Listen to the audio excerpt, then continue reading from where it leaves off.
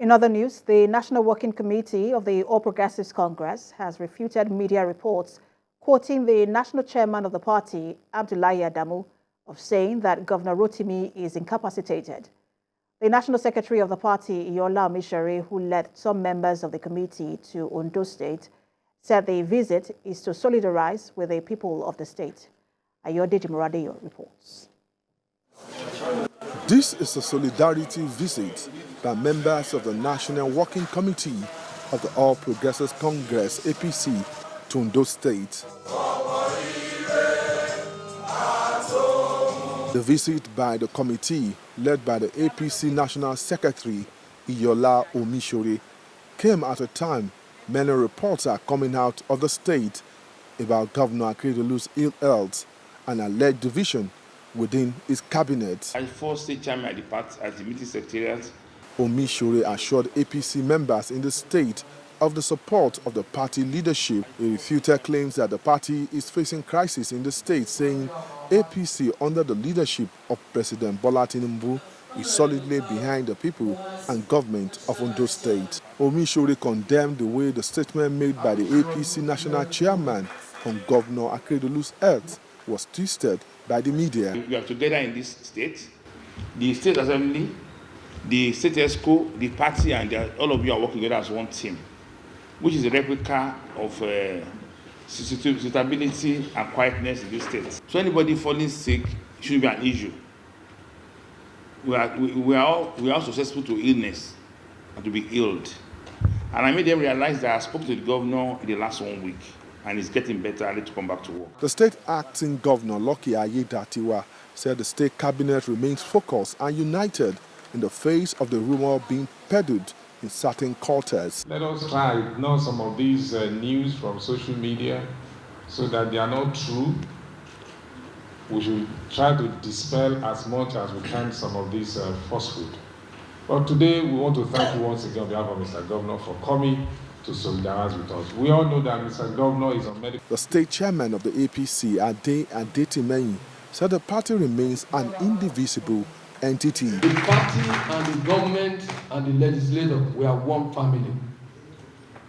Even in the absence of Mr. Governor, the acting governor can hear me out.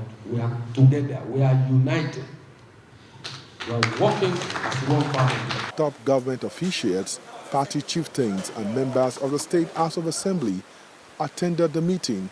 Ayodeji Muradeyo, TVC News, Akure. The Nigerian Stored Products Research Institute is proposing that the National Youth Service Corps allows the institute to train corps members in the country on agric value addition and post-value harvest management.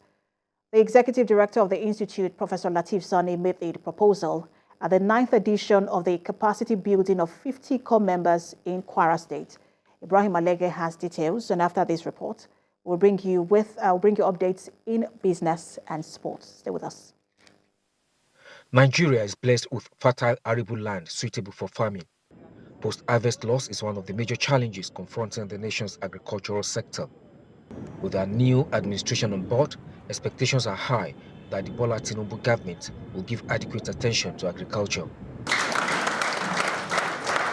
At this capacity training on agric value addition and post-harvest management, the Nigerian Stored Products Research Institute is asking corps members to take advantage of this renewed vigor. The president alluded to the fact that there is a need for us to reduce post-harvest losses. In fact, he stressed the importance of growing the small medium enterprises, most especially providing storage facilities for our smallholder farmers. After their 1-week training, the corps members are able to come up with samples of agric produce they have added value to. Impressed with this, the institute proposes to train corps members across the country. And we are ever ready to extend this partnership to the national body of NYC, to be able to train all corps members as much as possible for these enterprises. And we are still going to support any one of you that can come out with bankable business proposal that we are going to award 2 million naira. Other speakers at the event emphasized the need for youths to acquire skills and be employers of labor. The era of white-collar job should be jettisoned. We should move towards skill-driven society. Some of us are still struggling to build a house because of this regular source of or singular source of income, which is called salary. And salary is what? Slavery. So please don't look at us.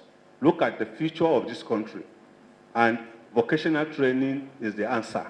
The training is expected to make the core members to be self-reliant and eventually become employers of labor. Ibrahim Alige, TVC News, Ilorin.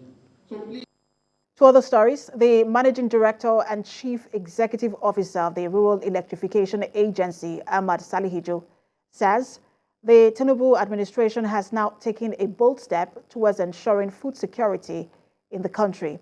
Now, this is through the recent deployment of solar mini-grids across agrarian communities nationwide. TVC News' Owolabi Adenusi filed in this report. Gorin town in Fufore local government area of Adamawa State is known for rice production. The Rural Electrification Agency has now installed 100 kilowatt solar mini grid in the community to mitigate spilling cost of energy due to the removal of subsidy on fuel. The 100 kilowatt solar mini grid power plant, built by the agency through a private developer. The Managing Director and Chief Executive Officer of the Rural Electrification Agency explains the idea behind the mini-grid, which is to provide power for processing so that rice millers' dependency on petrol is reduced. You can see it's a hub for rice milling, and these are typically the kind of areas that we had to target within each of the geopolitical zones. In other zones, we have targeted areas where there is community farming, especially around fishing.